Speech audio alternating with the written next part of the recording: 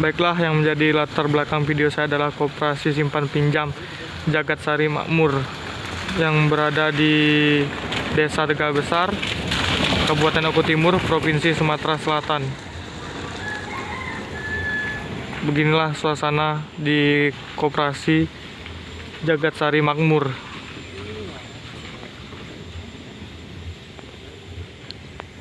Yang tujuan utamanya adalah melayani simpan pinjam.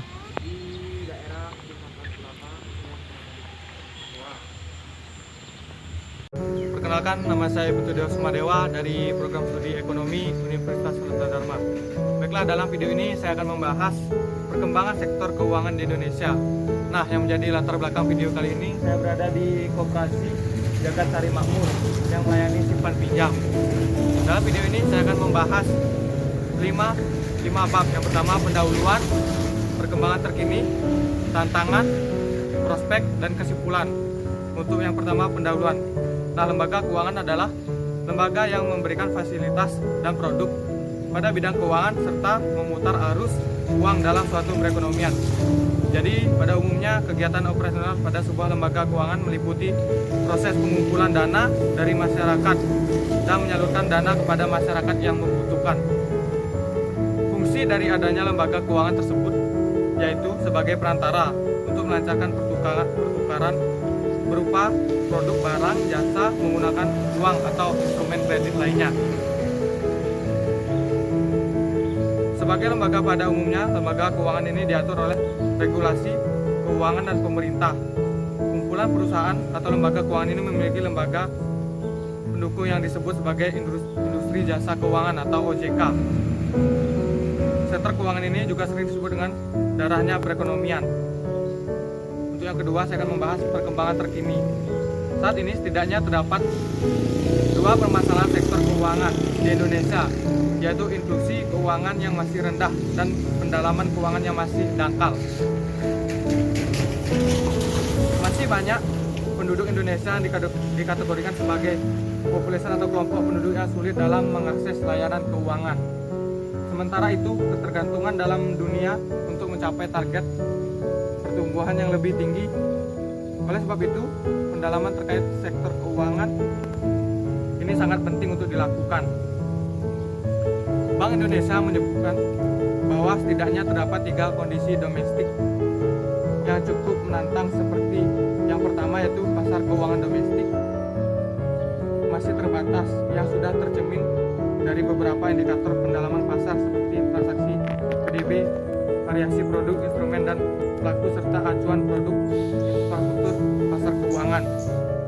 Yang kedua yakni tingginya kebutuhan pembiayaan ekonomi yang masih menimbulkan funding gap atau kesenjangan pembiayaan pada pasar keuangan.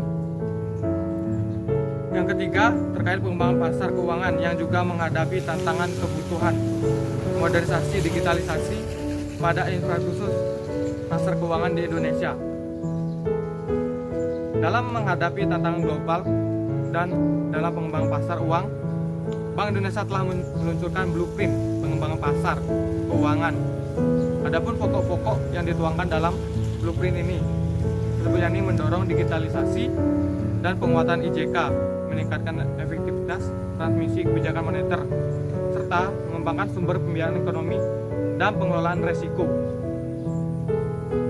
Dalam perbankan Indonesia disebutkan bahwa untuk mencapai struktur perbankan domestik yang sehat dan mampu memenuhi kebutuhan masyarakat serta mendorong pembangunan ekonomi nasional yang berkesinambungan, Bank Indonesia mengupayakan dalam memperkuat permodalan bank umum yang bertujuan untuk meningkatkan kemampuan bank usaha melalui maupun resiko mengembangkan teknologi informasi maupun meningkatkan skala usahanya yang mendukung peningkatan kapasitas pertumbuhan ekonomi perbankan. Baiklah, di sini akan saya tampilkan tabel.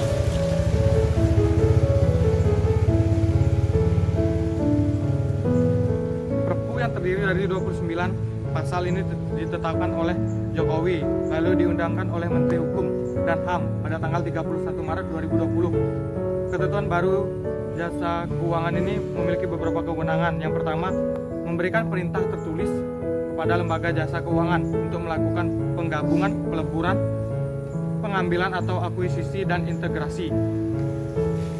Yang kedua, menetapkan pengecualian bagi pihak tertentu dari kewajiban melakukan prinsip keterbukaan di bidang pasar modal dalam rangka pencegahan dan penanganan krisis sistem keuangan.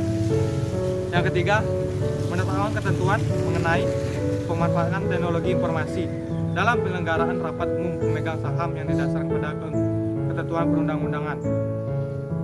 Nah, yang ketiga saya akan membahas tantangan. Saat ini, industri keuangan Indonesia menghadapi beberapa tantangan. Salah satunya yaitu industri keuangan yakni menghadapi pandemi COVID yang sudah kita alami. Industri keuangan Indonesia masih harus berjuang menghadapi varian baru Omicron. Tantangan kedua yaitu Indonesia saat ini mempunyai pembiayaan proyek strategis yang jumlahnya cukup besar. Hal ini menjadi salah satu yang perlu dipikirkan. Bagaimana pembiayaan terutama di sektor infrastruktur, termasuk bagaimana menciptakan lapangan pekerjaan. Tantangan yang ketiga adalah normalisasi dan kebijakan negara maju, terutama inflasi di berbagai negara yang sudah meningkat. Tantangan yang keempat yaitu agenda global penurunan emisi karbon, di mana Indonesia sudah punya komitmen untuk menurunkan global. Kemudian yang kelima adalah digitalisasi. Yang keempat saya akan membahas prospek.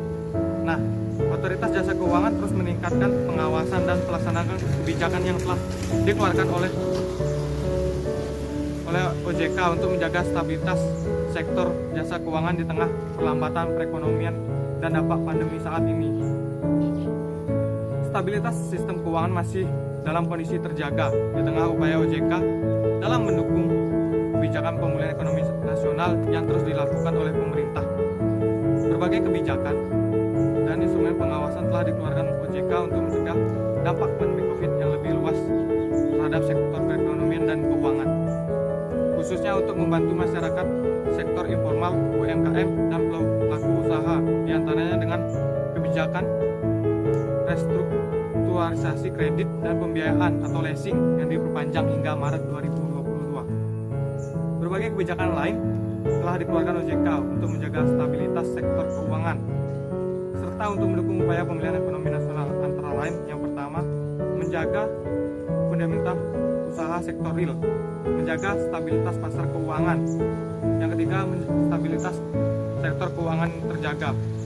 Nah, untuk yang terakhir saya akan membahas tentang kesimpulan.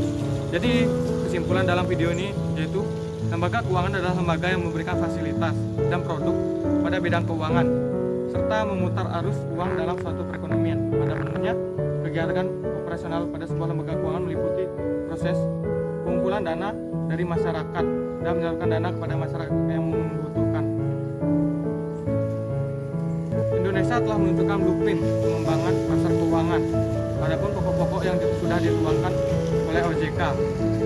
Yang pertama, meningkatkan efektivitas transmisi kebijakan moneter serta mengembangkan pasar sumber pembiayaan ekonomi dan pengelolaan resiko.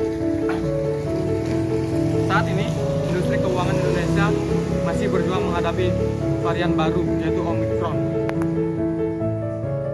Hal ini menjadi salah satu yang perlu dipikirkan bagaimana pembiayaan terutama di sektor infrastruktur mencegah dampak pandemi COVID yang luas terhadap perekonomian dan sektor keuangan di Indonesia.